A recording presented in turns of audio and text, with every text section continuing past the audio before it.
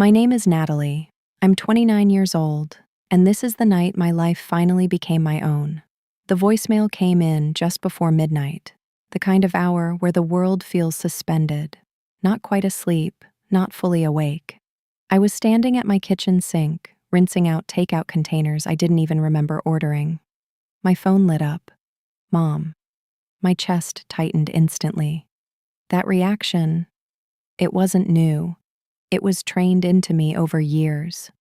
The kind of fear that comes from loving someone who can comfort you one moment and tear you down the next. I let it ring. Then I let it go to voicemail. I stood there for a few seconds, staring at the screen, hands still wet, heart already bracing. Then I pressed play. Her voice came through, steady, controlled, rehearsed. You're out. I'm done with your attitude and your drama. Don't come home again. That was it. No explanation, no pause, no love, just finality. For a moment, I didn't move. Water dripped from my hands onto the floor. But something strange happened, something I didn't expect. I didn't break, I didn't cry, I didn't panic. Instead, something inside me went quiet, not empty, clear, like a fog I didn't know I was living in. Finally lifted. You're out. I whispered it back to myself. Okay. I dried my hands slowly, like I had all the time in the world. Then I walked to the counter, opened my laptop, and sat down. Because what they didn't know was that I had been preparing for this moment for months. Not out of revenge, but out of survival. You see, my name wasn't just my name. It was their safety net. My credit backed their mortgage. My signature supported their accounts. My authority, legal authority, gave them access to decisions that were supposed to be mine. I wasn't just their daughter. I was their solution. Every time something went wrong, the words were always the same. We have a problem. Which really meant, you need to fix it.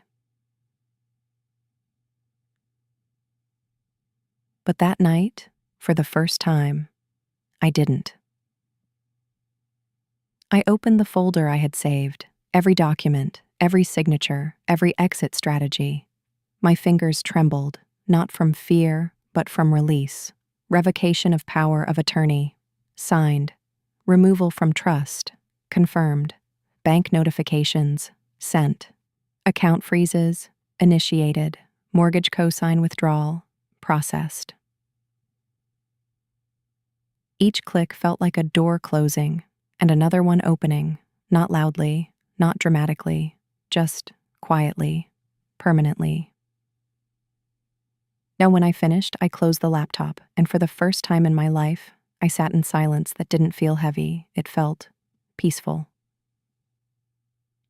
To the next morning, my phone exploded. Missed calls, messages, voicemails, some angry, some pleading, some pretending nothing had happened. Natalie, what are you doing? You're going too far. We're family. Call us now. I stared at the screen. Then I set the phone down, because for the first time, I understood something clearly. They didn't miss me. They missed access to me. Later that morning, an unknown number called. I answered calmly. A man introduced himself as a lawyer. There were complications. There were concerns. There was urgency. I listened. Then I said simply, I've handled everything legally. You can speak to my attorney. And I hung up. And that moment felt unfamiliar. Not because I was being strong, but because I wasn't being controlled. Then around noon, there was a knock on my door. I already knew who it was. I looked through the peephole. My mother stood there, perfectly dressed, composed, but not calm. I opened the door slightly. She didn't say hello. She didn't ask how I was. She said, "What have you done?" I looked at her. Really looked. For the first time. Not as a daughter trying to earn approval, but as a person, seeing another person clearly. I did exactly what you asked, I said. You said I'm out. Her expression changed. Confusion, then anger, then something else, something closer to fear. You've embarrassed us, she said. The bank called. The deal is gone. Your father is furious. And there it was. Not. You hurt us, but you made us look bad. That used to break me, but this time, it didn't. I'm done, I said calmly. No more signatures, no more fixes. She tried to step inside. I blocked the doorway. No, I said, you don't come in here. That moment was bigger than anything I had ever done. Not loud, not dramatic, just firm. She stared at me like she didn't recognize me. Maybe she didn't, because I didn't recognize myself either. Go home, I told her, and then I closed the door. I stood there afterward, heart racing, waiting for yelling, for banging, for escalation. But none came. I watched through the peephole as she walked away, slower than I'd ever seen her move. And for a moment, I almost felt sad. But not enough to open the door. And that evening I went for a walk. The air was cold, sharp, real. The city was alive, lights, people, laughter. And for the first time, I didn't feel like I was watching life from the outside. I stopped at a small shop and bought a plant. Nothing fancy, just something alive, something mine. Back in my apartment, I placed it on the table, looked around, and realized something. Everything here was peaceful because it belonged to me, not them, not expectations, not obligations.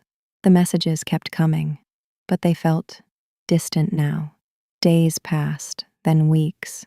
Legal letters came, threats, requests, demands. But every document I signed was solid, every decision intentional. I wasn't reacting anymore. I was choosing.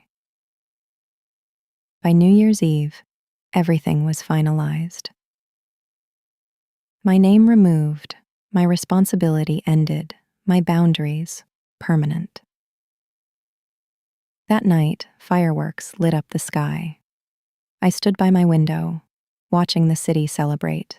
My phone buzzed one last time. A message from my father. You've destroyed everything. I read it, then whispered quietly. No, I saved myself. I turned off my phone. And in that silence, I felt something I had never truly felt before. Not fear, not guilt, not pressure. Freedom. Because sometimes, the hardest thing isn't leaving, it's realizing you were never meant to stay in the first place. And that night, I didn't lose my family. I found myself.